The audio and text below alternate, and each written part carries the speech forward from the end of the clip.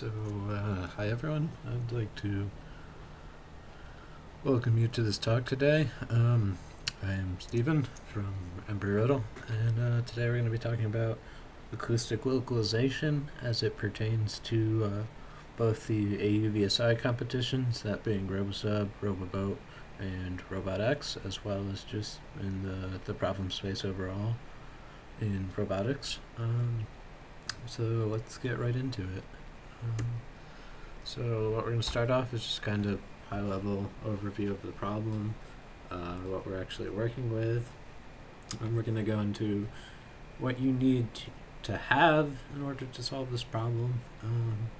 There's some different pieces of hardware you're going to need, and then we're going to go into how you actually solve it in software, what's the algorithm behind it, in order to get the localization information at the end.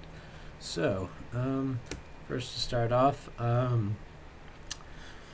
the major reasoning behind this problem existing in these competitions and in the maritime space overall is that especially communication underwater is incredibly difficult. Your signals are going to get eaten, or a lot of different forms of communication, that is, are going to have problems working underwater. And sound, on the other hand, actually excels in water versus in air. You're going to have a lot longer range, you're going to have than you would in air, and it's going to allow you to do a lot of interesting things with that. So, when you are doing localization, your sound source is going to be outputting at a frequency. For you AVUSI people watching, that's between 25 and 40 kilohertz, but in truth, that can be at any frequency, as long as you have the sensors to hear it. It doesn't really matter. So today, what we're going to start off with is talking about two-dimensional localization, where you're going to get a bearing to your target as opposed to the XYZ location of it in space. As this is kind of an introductory talk, that's a better place to start than just kind of diving all the way into 3D. So let's get into it. Let's start talking about what you need to actually solve this problem. So for two-dimensional localization, at a bare minimum, what you're going to need is 3 hydrophones, which are and a hydrophone is a sensor that takes in sound waves and converts it to a voltage so you can read it. In the picture there, they're the little black sensors mounted in that 3D printed frame. And now that you have these sensors and they can hear the voltage, what you're going to need to do is somehow read that voltage and convert it into something you can actually use on the computer side of things to work and process with it. And that's where the data acquisition device comes in, a DAC. And this is just a piece of hardware whose sole purpose is to just read voltages at a high sampling rate. And what that's going to let you do, if you are looking at the data coming through, is you're going to see the sound waves as the actual sinusoids that they actually travel as a sound wave through a fluid. The other device, the other way you could do this is just an FPGA, or a field programmable gate array. You'll just program it yourself to sample as fast as it can on some analog channels, and you're just going to read in the voltages and work with it that way. You could either send it out to another computer for processing or do the rest of the processing on device. Now, depending on what you're working with, DACs especially, what you're going to find is the voltage range of the DAC is typically not at all in line with the voltage range you're getting off of your hydrophone. So an op-amp circuit is going to put a gain on your signal, make those incoming voltages into the DAC from the hydrophones a bit larger. And the purpose of this is to kind of align your input voltage to the full range of the DAC. And what that's going to let you do is describe a lot more of your data. Your DAC is going to have a fixed input size. The one I use is 2 to the 16th bits. So if you're not, kind of putting in voltages that cover that whole range, you're just wasting a lot of your descriptive potential of your device. And then obviously you're going to need a sound source just for testing of things. This could really be anything. You could just waterproof a speaker to make it do that. Just things you need to bear in mind, especially for you AUVSI people, is that a lot of speakers or simple devices like that you might try to waterproof and use aren't going to produce frequencies high enough for you, because humans can't hear the frequencies that the competition tasks are actually operating at. So just bear that in mind as you go forward. So you have these hydrophones and whatnot, and what you want to do is then determine, okay, how do I put these hydrophones together? How do I use these to actually process the data? Or sorry, let's restart that. You have these hydrophones, and you're thinking to yourself, okay, I see they have their array there, but how do they go about designing that array? Is that the right array for the job? And for planar localization, it is the right array for the job. As the name suggests, you're getting the bearing within the plane of those hydrophones. Those hydrophones are all coplanar. So we have 4 there. 4 is just used as a cross check in a diamond pattern. But with just 3, what you're going to make is a right triangle. And this right triangle, the 2 side lengths of the right triangle are going to be based on the maximum speed, the maximum frequency that you are operating at. For our purposes, that's going to be 40 kilohertz for the AUVSI people. And from that, you can do a quick calculation to kind of get the size length you need,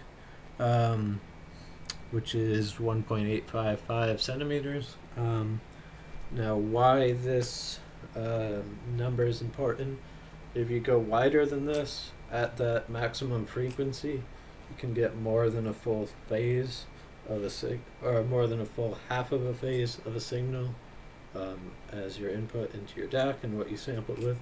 And what that can lead to in some algorithms is multiple valid solutions to an answer for what the bearing is, and that's not what we want to see. That's just going to end up confusing your robot at the worst possible time and sending it off to the wrong place.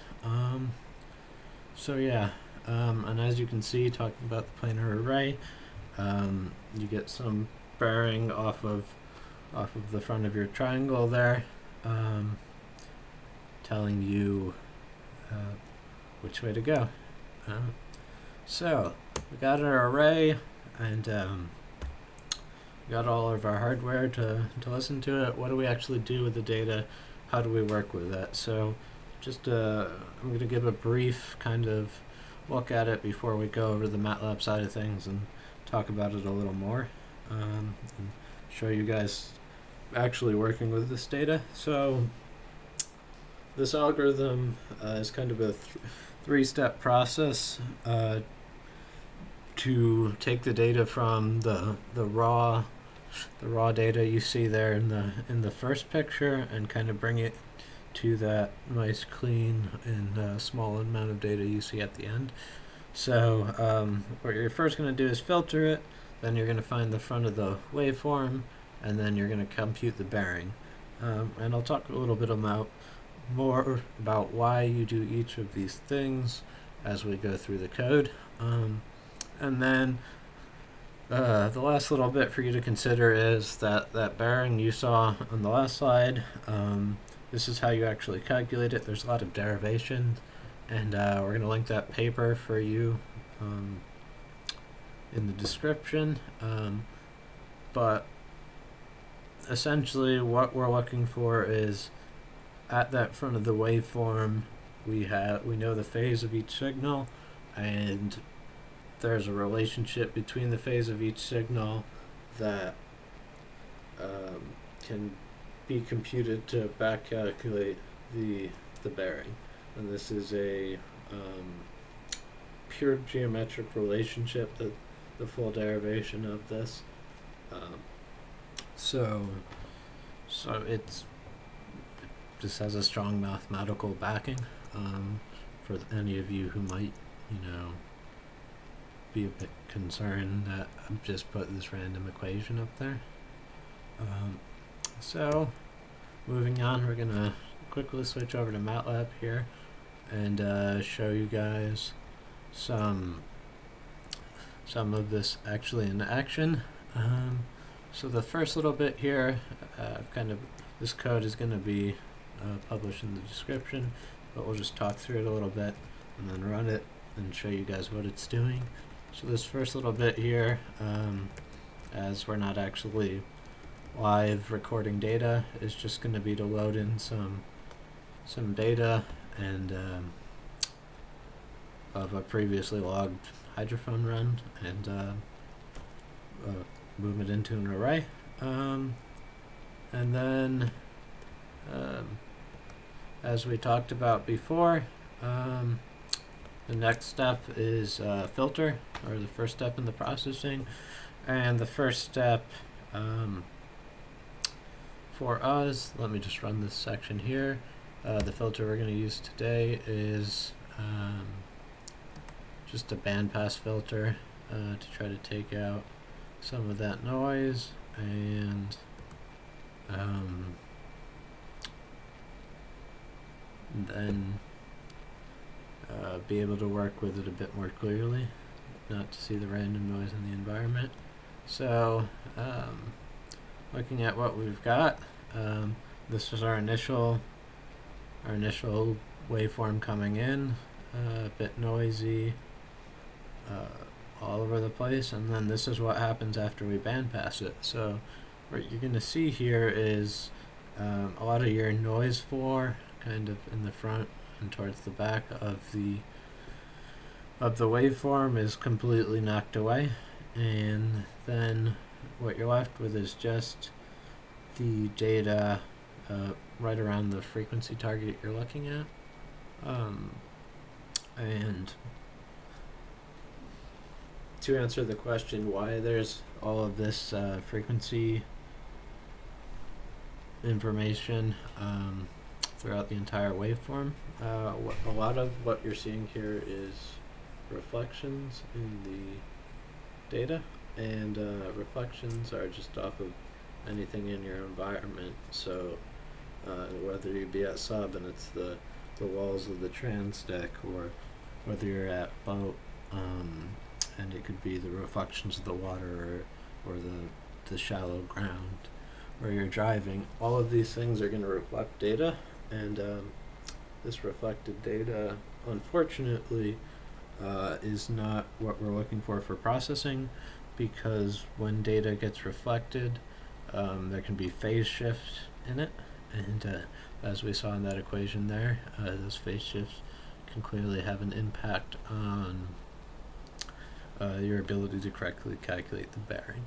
So from this nice filter data, the next step we're going to take is to take that nice filter data and get it to something like this, which is data right towards the front of the waveform. As you can see, looking across, let me zoom in for you guys, looking across this data, looking at any individual signal, you can see that there's no phase shift there. So what we found is data that is of the right frequency but not yet been corrupted through reflections or different waves interacting with each other. So how do we do that? So let's take a look in here.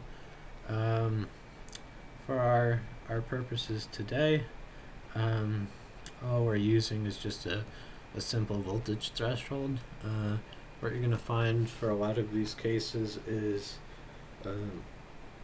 once you kind of know your hardware and know what you're listening to, just a plain threshold is gonna be a pretty good place to start. The recommendations for any of you guys who are seeing this and thinking, and rightly so, thinking could be some problems with this. You could the next big step to add in is a rising edge detector, looking for some other behavior at the front of the waveform, and then you could also look for kind of dead areas at the exact front of your waveform. What I mean by dead areas is areas that have been knocked out by your other filtering beforehand. And what that's going to let you do is really get in nice and close to the front of your waveform and actually get the data you're really looking for. With that being said, from this data, you can then go through and kind of calculate everything you need to know. We're going to link a Simulink model for you in the description as well that has some pretty nice phase calculation tools for you guys to help you get that as accurate as you can.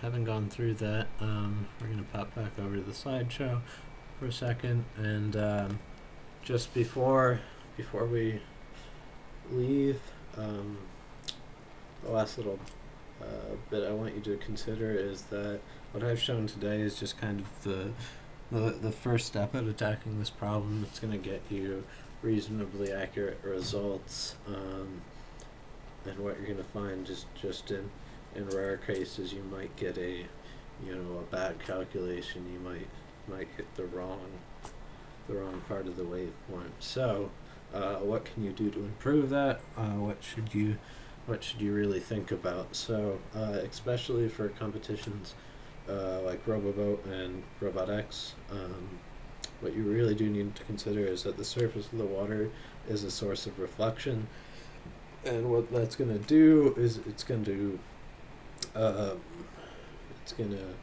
make that clean area at the front of the waveform rather small. So what you're going to want to do is get your array as deep as you can underwater. For our RobotX platform, what we did was we had it mounted on a pole right down by the lower pontoon, so we lowered it down to get it about a meter underwater. Was a good balance we found with the shallowness of the beach in Hawaii. It was kind of the average between the two in terms of depth. And then this is really for everyone, because sub doesn't have as many surface problems as that. Your motors produce lots of noise. They're not necessarily at the noise frequency you're looking at. For a motor talking PWM, it's normally around 16 kilohertz, which is a good bit below your target operating range. But what your motors can do is what's known as saturate the inputs to your DAC or your FPGA, which is known as clipping. And then clipping, what it unfortunately does is it kind of covers up and obscures the higher frequency data to the point that even a bandpass can't necessarily get through to this. So for what we did to solve this as a first pass on RobotX, we just simply turned off the motors. We would get as close to the gate we had to pass through as we could, and then just drift back, get a few readings, and then raise our arm back up and start driving again. As a further step, kind of where we're moving, especially because at a competition like sub, where you cannot surface, is a hardware bandpass.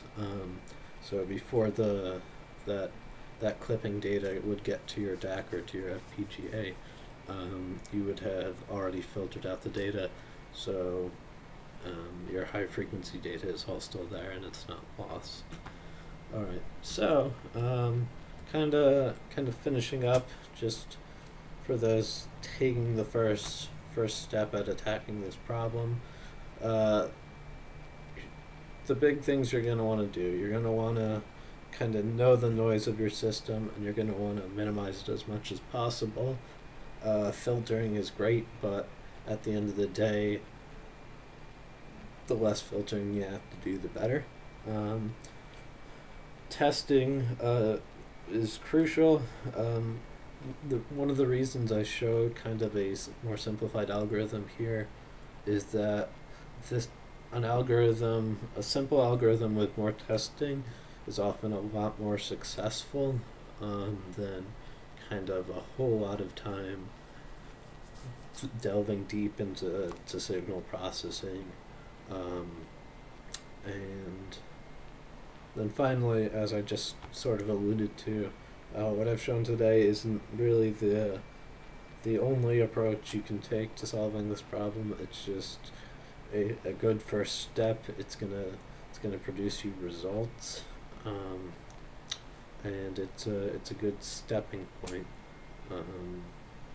So, with all that being said, I'd like to thank you all for coming today. Again, if you have any feedback, please pass it on to MATLAB. If you have any questions, I'm sure they'll pass them on to me. I'd be happy to respond, to help any teams out. And there's a lot of great resources out there from Mathworks for all sorts of signal processing toolboxes and array design, and definitely consider those moving forward. They'll help you a lot in your development process. So thank you all for coming today.